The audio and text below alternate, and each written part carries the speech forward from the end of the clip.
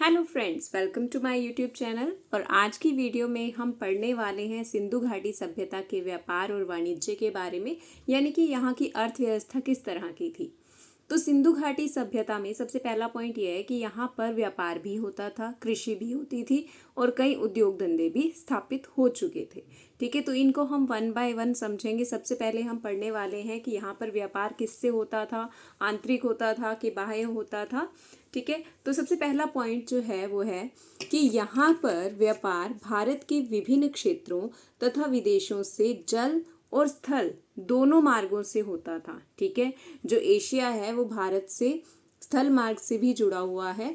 तो इस तरह से यहाँ का जो व्यापार था, एक तो इनकी नदियों के माध्यम से होता था, दूसरा यहाँ के दर्रों के माध्यम से भी यहाँ पर व्यापार होता था। और व्यापार किन देशों से होता था? एशिया, ईरान और अफगानिस्तान मुख्य देश हैं जहाँ से इनका व्यापार हुआ करता था। दूसरा पॉइंट, व्यापार में किसी भी प्रकार की मुद्रा का प्रयोग नहीं होता था, क्योंकि कोई भी धातु की मुद्रा प्रचलन में नहीं थी। व्यापार वस्तु विनिमय के माध्यम से होता था, यानी कि कोई वस्तु देकर दूसरी वस्तु लेने के माध्यम से व्यापार हुआ करता था। अब भारत से बहुत सी चीज़ों को दूसरे देशों में भेजा जाता था और कुछ चीज़ों को वहाँ से आयात किया जाता था, यानी कि आयात और निर्यात दोनों प्रकार से व्यापार हुआ करता था। आयात के लिए जो चीज़ें हम यानी कि भारतीय सिंधु घाटी सभ्यता के लोग भारत में मंगवाते थे वो थी, सबसे पहली चीज़ थी सोना। सोना कहाँ से आयात किया जाता था? अफगानिस्तान से, ईरान से। कोलार जो कि कर्नाटक दक्षिण भारत में है, वहाँ से सोना मंगवाया जाता था। सोना कहाँ से आता था? अफगानिस्तान और ईरान से। और भारत के यानी कि जो भारत के विभिन्न क्षेत्रों से भी व्यापार होता था। तो दक्षिण भारत के कर्नाटक से कोलार नामक जगह से सोना मंगवाया जाता था। इसके बाद है चांदी और टीन, दोनों अफगानिस्तान और ईरान से आ रहे थे। तांबा भारत में ही राजस्थान के खेतड़ी नामक जगह से आता था और ओमान से आता था। ठीक है, उसके बाद आता है सीसा। सीसा ईरान, अफगानिस्तान और अजमेर जो कि राजस्थान में है, वहाँ से आयात किया जाता था। फिरोज़ा पत्थर, यह ईरान से आता था। शिलाजीत और देवदार की लकड़ी जो कि बहुत ही अच्छी लकड़ी हुआ करती थी, वो हिमालय क्षेत्र से आयात की जाती थी। इसके बाद है संगमरमर। संगमरमर राजस्थान से आयात किया जाता था। अब निर्यात के लिए देखते हैं कि किन चीज़ों का निर्यात किया जाता था सिंधु घाटी सभ्यता के समय पर। तो यहाँ से हाथी दांत का सामान, लकड़ी, मोर पक्षी, कपास, शंख और कृषि के कुछ उत्पादों का निर्यात किया जाता था। इसमें कपास सबसे इम्पोर्टेंट है। इसके अलावा हाथी दांत का सामान और मोर को भी निर्यात किया जाता था। अब इसके बाद हम पढ़ेंगे कि सिंधु घाटी सभ्यता का मुख्य व्यापार किसके साथ होता था और मेसोपोटामिया सभ्यता जो इसके साथ ही फलीभूत हो रही थी, तो उस सभ्यता से वो किस तरह से व्यापार कर रहे थे और उसके क्या साक्ष्य मिले हैं। ठीक है, तो सिंधु घाटी सभ्यता का व्यापार मेसोपोटामिया के साथ। ठीक है, मेसोपोटामिया की सभ्यता से इनके व्यापार के क्या प्रूफ मिले हैं। सबसे पहली बात कि सिंधु घाटी सभ्यता की लिपि को तो पढ़ा नहीं गया है। ठीक है, तो सिंधु घाटी लिपि से तो हमें कोई ऐसा प्रमाण नहीं मिलता, परंतु हाँ, मेसोपोटामिया की सभ्यता की जो लिपि थी उसको पढ़ा गया है। इसीलिए वहाँ से जो साक्ष्य मिले हैं उसके आधार पर इतिहासवेत्ता कहते हैं कि सिंधु घाटी सभ्यता और मेसोपोटामिया का आपस में व्यापार चला करता था। तो इसके साक्ष्य के आधार किस आधार पर कहा गया है? मेसोपोटामिया के अभिलेखों में सिंधु क्षेत्र के लिए मेलुहा शब्द का प्रयोग किया गया है। ठीक है, और उन्होंने क्या कहा है अपने अभिलेखों में कि मेलुहा के लोगों के नाविक, मेलुहा के लोग अच्छे नाविक थे, यानी कि मेलुहा के लोगों के नाविक होने की बात की गई है, यानी कि ये जल मार्ग से उनसे व्यापार किया करते थे। ठीक है, और मेसोपोटामिया से डायरेक्ट व्यापार ना होकर ओमान और बहरीन के रास्ते से व्यापार हुआ करता था। डायरेक्ट मेसोपोटामिया से व्यापार नहीं होता था, रास्ते में क्या आता था? ओमान और बहरीन नामक क्षेत्र आते थे जिनके रास्ते से व्यापार हुआ करता था। अब ओमान से व्यापार, ओमान के रास्ते से व्यापार हो रहा है, इसके क्या साक्ष्य मिले हैं? तो ओमान में काले रंग का हड़प्पाई बर्तन मिला है, यानी कि जिस तरह के बर्तन हड़प्पा सभ्यता में बनाए जा रहे थे, तो वहाँ से हड़प्पा क्षेत्र का काले रंग का बर्तन मिला है। इसके अलावा हड़प्पा और मेसोपोटामिया दोनों की मोहरों पर कुबड़ वाले वृषभ के चित्र का होना भी यह दर्शाता है कि ये कहीं ना कहीं आपस में रिलेटेड थी। उसके बाद है बाटों के माप में समानता। जो यहाँ के बाट थे और मेसोपोटामिया सभ्यता के जो बाट थे उनमें कुछ ना कुछ समानता रही है, इसीलिए कहा जाता है कि ये कहीं ना कहीं आपसी व्यापार के माध्यम से जुड़े होंगे। उसके बाद भारतीय पक्षी मोर का उल्लेख मेसोपोटामिया के अभिलेख में हुआ है। मेसोपोटामिया से मोर नहीं मिलता था, उस क्षेत्र में मोर नहीं होते थे, परंतु हाँ मेसोपोटामिया के जो अभिलेख हैं वहाँ पर मोर का वर्णन हुआ है और मोर को हाजा कहा गया है। मोर को क्या कहा गया है? हाजा शब्द से संबोधित किया गया है। तो सिंधु घाटी सभ्यता का व्यापार हो गया कि किस तरह से होता था और कहाँ से होता था। अब यहाँ पर दूसरा जो आर्थिक स्थिति को मजबूत बनाने के लिए कार्य किया गया वो था कृषि कार्य। ठीक है, तो कृषि के कार्य होते थे, तो इसके क्या प्रमाण मिले हैं? सबसे पहला प्रमाण तो हमें कालीबंगा से जुता हुआ खेत मिला है, बनवाली से हमें टेराकोटा का हल मिला है। इसके अलावा हमें यहाँ पर किस फसलों के साक्ष्य मिले हैं? गेहूं के, जौ के, कपास के और मटर आदि बहुत सी फसलों के साक्ष्य मिले हैं। ठीक है, लोथल और रंगपुर से हमें चावल के साक्ष्य मिले हैं। यहाँ पर किस फसल के साक्ष्य नहीं मिले वो भी क्वेश्चन आ जाता है, तो यहाँ से गन्ना और रागी के साक्ष्य नहीं मिले हैं। उसके अलावा पशुपालन भी ये सीख चुके थे, विभिन्न प्रकार के पशुओं को पाला जाता था। कुबड़ वाला सांड यहाँ का सबसे प्रिय पशु हुआ करता था और इसके अलावा घोड़ा और कुछ अन्य जानवरों के भी पालने के यहाँ पर चिन्ह मिले हैं।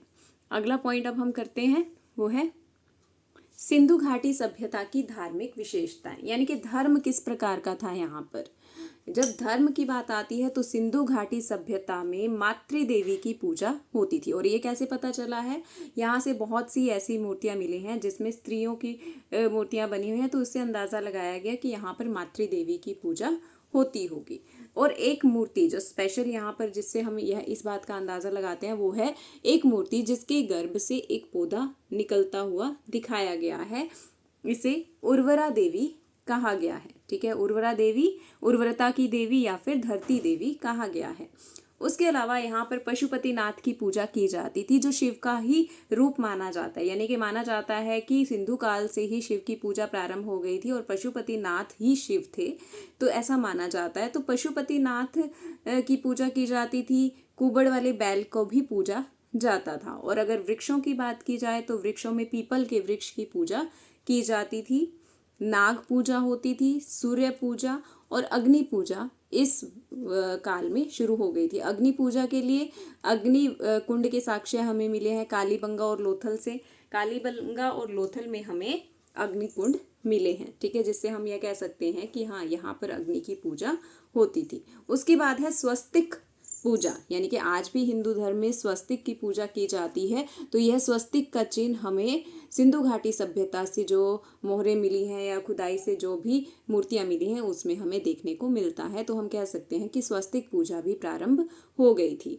अब पशुपतिनाथ किस तरह के देवता थे? तो एक योगी की प्रतिमा मिली है जिसे ही पशुपतिनाथ का नाम दिया गया है। यह जो प्रतिमा है ये 3 मुंह वाली है जिसके 2 सींग हैं। अब इस योगी के बाईं तरफ बाघ और हाथी का चित्र है, दाईं ओर भैंस और गेंडे का चित्र है और नीचे 2 हिरण है। यहाँ से क्वेश्चन बन जाता है कि जो योगी की प्रतिमा मिली है या पशुपतिनाथ की जो प्रतिमा है उसमें क्या क्या चीज़ें हैं, कि बाईं तरफ क्या है और दाईं तरफ क्या है। तो बाईं ओर बाघ और हाथी है, दाईं ओर भैंस और गेंडा है और नीचे की तरफ 2 हिरण हैं। ठीक है, तो यानी कि इन पशुओं से भी ये परिचित थे। यहाँ से यह अंदाजा लगता है कि ये बाघ से, हाथी, भैंस, गेंडा और हिरणों से भी परिचित थे। ठीक है, तो ये हो गई हमारी धार्मिक विशेषताएं, यानी कि मातृ देवी के उपासक थे, पशुपतिनाथ की पूजा की जाती थी, वृक्षों में पीपल वृक्ष की पूजा होती थी, नाग पूजा, सूर्य पूजा और अग्नि पूजा के भी साक्ष्य यहाँ पर मिले हैं। स्वस्तिक पूजा का भी प्रारंभ इस सभ्यता के समय पर हो चुका था। ठीक है, तो ये है हमारी धार्मिक विशेषताएं। अब लास्ट पॉइंट आता है इसकी राजनीतिक विशेषताओं के बारे में। अब क्योंकि यहाँ सिंधु घाटी सभ्यता में के समय की जो लिपि है उसे पढ़ा नहीं गया, इस कारण यहाँ की राजनीतिक स्थिति का सिर्फ अनुमान ही लगाया जाता है। ठीक है, तो डिफरेंट जो इतिहासवेत्ता हैं या पुरातात्विक हैं तो उन्होंने अलग अलग अपने मत दिए हैं। उसमें से सबसे पहला मत है हंटर महोदय का, जिन्होंने कहा है कि सिंधु घाटी सभ्यता जनतंत्रात्मक सभ्यता थी। व्हीलर ने भी इसे जनतंत्रीय प्रणाली कहा है, परंतु मध्यम कोटि की जनतंत्रीय प्रणाली कहा है। व्हीलर ने मध्यम कोटि की जनतंत्रीय प्रणाली कहा है। और स्टुअर्ट पिजर्ट ने पुरोहित वर्ग का शासन कहा है, क्योंकि यहाँ पर पुरोहित की जो मूर्ति मिली है उससे यह अंदाजा लगाया गया कि पुरोहित ही डोमिनेंस रखते होंगे, अपना प्रभाव रखते होंगे, तो पुरोहित वर्ग का शासन माना है स्टुअर्ट पिजर्ट ने। और पिगेट ने हड़प्पा और मोहनजोदड़ो को जुड़वा राजधानी कहा है। ठीक है, हड़प्पा और मोहनजोदड़ो को जुड़वा राजधानी कहा है।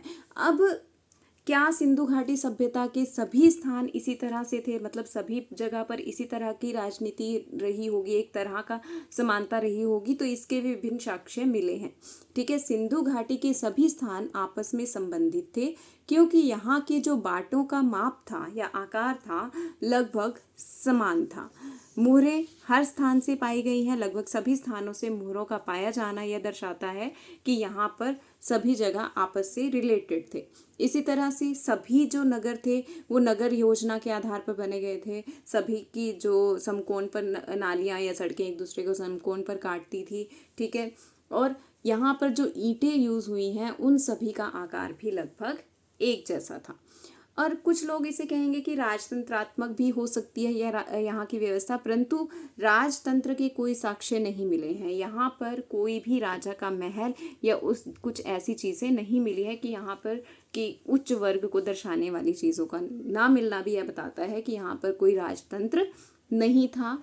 दूसरी बात, यहाँ के लोग शांति प्रिय थे, क्योंकि किसी भी तरह के हथियार यहाँ से नहीं मिले हैं तो थोड़े बहुत मिले हैं, परंतु कोई स्पेशल वेपन्स यहाँ पर नहीं मिले हैं। इसीलिए कहा जाता है कि ये एक शांति प्रिय सभ्यता थी। यहाँ पर राजतंत्र नहीं था। जनतंत्र हो सकता है, पुरोहित वर्ग का आधिपत्य हो सकता है, पर हाँ एक चीज़ है कि सिंधु घाटी की सभ्यता के सभी नगर आपस में किसी न किसी तरह से मेल खाते थे। ठीक है, तो ये था सिंधु घाटी सभ्यता का डिस्क्रिप्शन, उसकी व्यापार पद्धति, उसकी धार्मिक स्थिति और उसकी राजनीतिक स्थिति के बारे में। Thank you, have a nice day.